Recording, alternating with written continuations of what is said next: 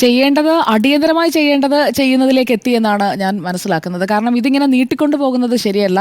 ഇതിൽ ഏതെങ്കിലും ഒരാൾക്ക് സംരക്ഷണം കൊടുക്കാനും കഴിയില്ല. ഇതിൽ രണ്ടുപേർക്കും ഒരു കോമണായ ഒരാളുണ്ട് കേട്ടോ. മെറ്റ, ഫേസ്ബുക്കും വാട്സാപ്പുമാണ് ഈ രണ്ട് IAS ഉദ്യോഗസ്ഥർക്ക് സസ്പെൻഷൻ കൊടുത്തത്. അപ്പോൾ അതിൻ്റെ മാതൃകമ്പനി എന്ന് പറയുന്നത് മെറ്റയാണല്ലോ.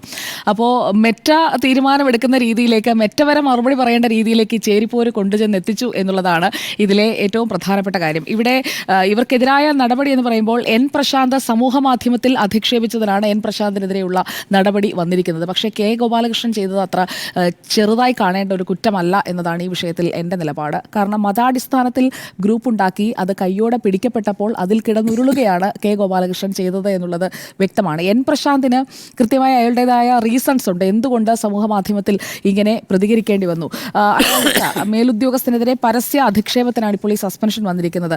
പ്രശാന്തൻ ഇട്ടിരിക്കുന്നത് ഒരു കമന്റിന് മറുപടിയായിട്ടാണ്. ഈ ജയതിലക് എന്ന വ്യക്തി തന്നെയാണ് ബ്രോ മാടമ്പള്ളിയിലെ യഥാർത്ഥ ചിത്തരോഗി എന്ന് പറഞ്ഞുകൊണ്ടുള്ള ഒരു കമന്റ് റിപ്ലൈ ആണ് പ്രശാന്ത് ഇട്ടിരിക്കുന്നത്.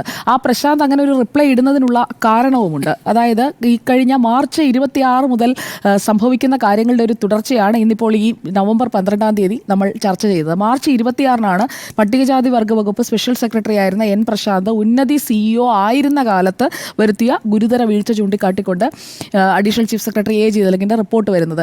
എന്നിട്ട് ഈ റിപ്പോർട്ട് തന്നെ അപമാനിക്കാൻ വേണ്ടി പുറത്തുവിടുന്നത് എപ്പോഴാണ്? ഈ വാട്സാപ്പ് ഗ്രൂപ്പ് വിവാദം ഉണ്ടാകുന്ന വേളയിലാണ്. അപ്പോൾ ഇതിൻ്റെ ഒരു ക്രൊണോളജി എന്ന് പറയുന്നത് വളരെ പ്രധാനപ്പെട്ട ഒരു കാര്യമാണ്. അങ്ങനെയാണ് ഒരേ ദിവസം രണ്ടുപേർക്കും സസ്പെൻഷൻ കിട്ടുന്നത്. പക്ഷേ ഒരേ കാലയളവിൽ നടന്ന സംഭവങ്ങളിലേതല്ല. നവംബറിൽ നടന്ന സംഭവത്തിനാണ് ഗോപാലകൃഷ്ണന് ഇന്ന് സസ്പെൻഷൻ വരുന്നത്. എന്നാൽ പ്രശാന്തിന് സസ്പെൻഷൻ വരുന്നത് മാർച്ച് 26-ലേക്ക്, ബാക്ക്ലോഗ് അത്രയും മാസങ്ങൾക്ക് പിന്നിലേക്ക് കിടക്കുന്ന ഒരു സംഭവത്തിലാണ്. പക്ഷേ ഇത് കണക്റ്റഡ് ആകുന്നത് ഈ രണ്ട് കാര്യങ്ങളിലും ഈ ഗോപാലകൃഷ്ണൻ, ജയതിലക് വരുന്നു എന്നുള്ളതാണ്. പ്രശാന്ത് ഈ വാട്സാപ്പ് ഗ്രൂപ്പ് വിവാദത്തിൽ പ്രശാന്ത് അതിനകത്തെ കാര്യങ്ങൾ പുറത്ത് പറയുന്നു, അല്ലെങ്കിൽ അതിലെ കാര്യങ്ങൾ പ്രശാന്തിന് അറിയാം എന്നത് ഇവർക്കറിയാം. അപ്പോൾ പ്രശാന്ത് കൂടുതലായി ആ വിഷയത്തിൽ ഫോക്കസ് ചെയ്യുന്നതിന് മുൻപ് തന്നെ പ്രശാന്ത് ഒരു പ്രശ്നക്കാരനാണ്, പ്രശാന്ത് ഇന്ന കാര്യങ്ങൾ ചെയ്തിട്ടുണ്ട് എന്ന് പറഞ്ഞുകൊണ്ട് പ്രശാന്തിനെ ടാർഗറ്റ് ചെയ്യാൻ നോക്കി. അവിടെയാണ് അവർക്ക് പിഴച്ചതെന്നാണ് ഞാൻ മനസ്സിലാക്കുന്നത്. അല്ലാത്ത പക്ഷം പ്രശാന്ത് ഇങ്ങനെ ജയതിലകിൻ്റെ പേരെടുത്തൊരു കമൻ്റ് ഇട്ട് പറയുന്ന ഒരു സാഹചര്യമൊന്നും ഉണ്ടാകുമായിരുന്നില്ല. ഇപ്പോൾ ഇത് രണ്ടും തമ്മിൽ കണക്ട് ചെയ്യാൻ പറ്റും. അതായത് ഫേസ്ബുക്കും വാട്സാപ്പും മാതൃകമ്പനിയായ മെറ്റയുമായുള്ള കണക്ഷൻ പോലെ തന്നെ ഈ രണ്ട് സസ്പെൻഷനും ചില കോമൺ എലമെന്റ്സ് അല്ലെങ്കിൽ കോമൺ ആയിട്ടുള്ള കാര്യങ്ങൾ നിൽക്കുന്നുണ്ട് എന്നുള്ളതാണ് നമ്മൾ മനസ്സിലാക്കേണ്ടത്. ഇവിടെ ചീഫ് സെക്രട്ടറി തിടുക്കത്തിലാണ് റിപ്പോർട്ട് കൊടുത്തത്. ഡോക്ടർ അരുൺ പറഞ്ഞ വളരെ കൃത്യമാണ്.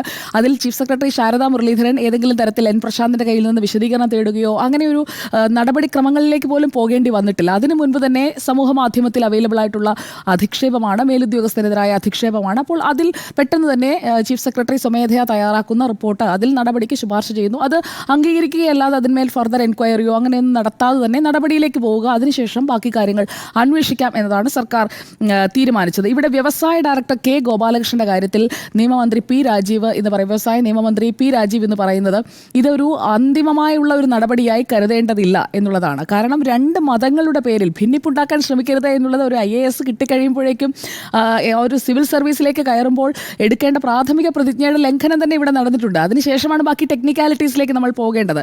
ഇവിടെ മതാടിസ്ഥാനത്തിൽ ഈ വാട്സാപ്പ് ഗ്രൂപ്പ് ഉണ്ടാക്കിയത് നിർദ്ദേശത്തിൻ്റെ അടിസ്ഥാനത്തിലാണ് എന്നൊക്കെ ഗോപാലകൃഷ്ണൻ വിശദീകരിച്ചു എന്നാണ് കേൾക്കുന്നത്. അപ്പോൾ അദ്ദേഹത്തിന് ആരാണ് നിർദ്ദേശം കൊടുത്തത്? അങ്ങനെയുള്ള ഒരു സ്പ്ലിറ്റ് ഉണ്ടാക്കി രണ്ട് രീതിയിൽ കാറ്റഗറൈസ് ചെയ്യാനായിട്ടുള്ള നിർദ്ദേശം എവിടെ നിന്നാണ് കിട്ടിയത് എന്നതൊക്കെ അദ്ദേഹമാണ് വിശദീകരിക്കേണ്ടത്. അദ്ദേഹത്തിന് ഫോൺ ഹാക്ക് ചെയ്തു എന്ന് പറഞ്ഞുകൊണ്ട് കൊടുത്ത കംപ്ലയിൻറ്റ് വ്യാജമാണ്. ആ കംപ്ലയിൻ്റ് അകത്ത് പറഞ്ഞിരിക്കുന്ന കാര്യങ്ങൾ വ്യാജമാണ് എന്നുള്ളത് ഇതിനകം തന്നെ പ്രൂവ് ചെയ്തിരിക്കുകയാണ്. അപ്പോൾ ഈ കേസൊന്നും നിൽക്കില്ല. പക്ഷേ ഇവിടെ ഹാജരാക്കിയിരിക്കുന്ന അതിലെ തൊണ്ടി മുതലായിട്ടുള്ള ഫോൺ, ആ ഫോണിലെ ഡിജിറ്റൽ എവിഡൻസ് നശിപ്പിക്കുന്നതിന് വേണ്ടിയാണ് അദ്ദേഹം ഫോർമാറ്റ് ചെയ്തത്. പക്ഷേ ഇതൊക്കെ റിട്രീവ് ചെയ്യാമെന്നുള്ളത് അദ്ദേഹത്തിന് അറിയാത്തത് കൊണ്ടാകും. അദ്ദേഹം ഫോർമാറ്റ് ചെയ്ത് കഴിഞ്ഞാൽ എല്ലാം പോകുമെന്ന് അല്ലെങ്കിൽ ആരെങ്കിലും തെറ്റിദ്ധരിപ്പിച്ചത് കൊണ്ടാകും. എന്തായാലും ഫോർമാറ്റ് ചെയ്തിട്ടൊക്കെയാണ് കൊടുത്തത്. അപ്പോൾ അതവിടെ നേരത്തെ ഉണ്ണിസാർ സൂചിപ്പിച്ചതുപോലെ തെളിവ് നശിപ്പിക്കലിൻ്റെ പരിധിയിൽ വരുന്ന കാര്യമാണ്. മാത്രമല്ല ഇൻ്റർനെറ്റ് പ്രോട്ടോകോൾ ഡീറ്റെയിൽ റെക്കോർഡ് എന്ന് പറയുന്ന പരിശോധന IPDR നടത്തി. ആ പരിശോധന നടത്തിയപ്പോൾ അതിലാണ് മെറ്റയൊക്കെ അതിൽ ഇൻഫർമേഷൻ കൊടുക്കുന്നത്. പുറത്തുനിന്ന്, അതായത് എക്സ്റ്റേണൽ ആയിട്ടുള്ള ഒരു ഏജൻസി അല്ലെങ്കിൽ ഏതെങ്കിലും ഇൻപുട്ട് ഒന്നും അതിലേക്ക് വന്നിട്ടില്ല. ഒരു കണക്ഷനും അതിലേക്ക് ആ ഫോണിലേക്ക് എസ്റ്റാബ്ലിഷ് ചെയ്തിട്ടില്ല എന്നുള്ളത് പ്രൂവ് ചെയ്തിരിക്കുകയാണ്. അപ്പോൾ ഗോപാലകൃഷ്ണൻ കള്ളം പറയുകയായിരുന്നു, അദ്ദേഹം തന്നെയാണ് ഈ ഗ്രൂപ്പ് ഉണ്ടാക്കിയത് എന്നുള്ളത് സർക്കാരിന് ബോധ്യപ്പെട്ടിട്ടുണ്ട്. അതുകൊണ്ടുകൂടിയായിരിക്കാം മന്ത്രി അങ്ങനെ പറഞ്ഞിട്ടുണ്ടാവുക. ഇവിടെ ഇപ്പോൾ ജയതിലക് വേഴ്സസ് പ്രശാന്ത്, അത് ഈ ഒറ്റ സംഭവത്തിൽ മാത്രം ഒതുങ്ങി നിൽക്കുന്നതാണ് എന്ന് ഞാൻ കരുതുന്നില്ല. ഇതിൽ കൂടുതൽ മറുപടികൾ പറയേണ്ടത് പ്രശാന്താണ്. പ്രശാന്തിനെ എന്തിനിങ്ങനെ ടാർഗറ്റ് ചെയ്യുന്നു? അല്ലെങ്കിൽ പ്രശാന്തിന് കേപ്പബിലിറ്റി ഉള്ള ഏരിയയിലാണോ പ്രശാന്തിനെ ഇപ്പോൾ നിയോഗിച്ചിരിക്കുന്നത്?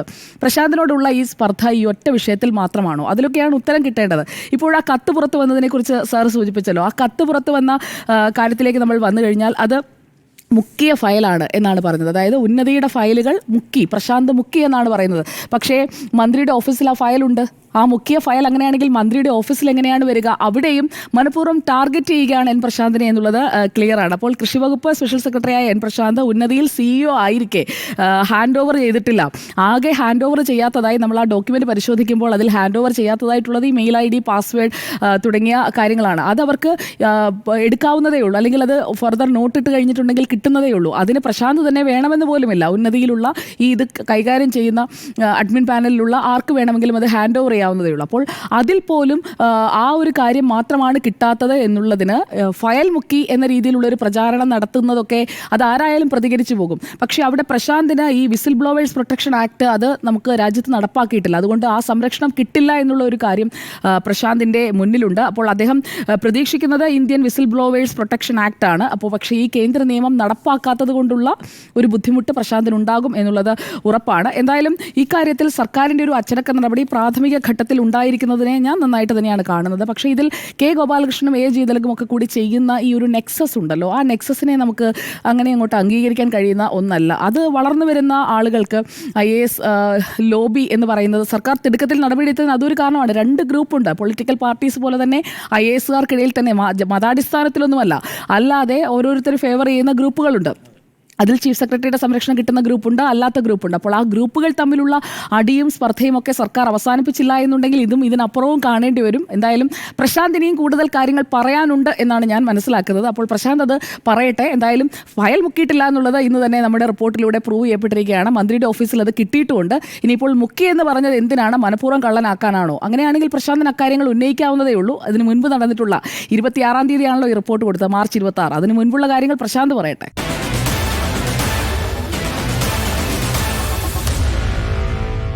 Meet the editors.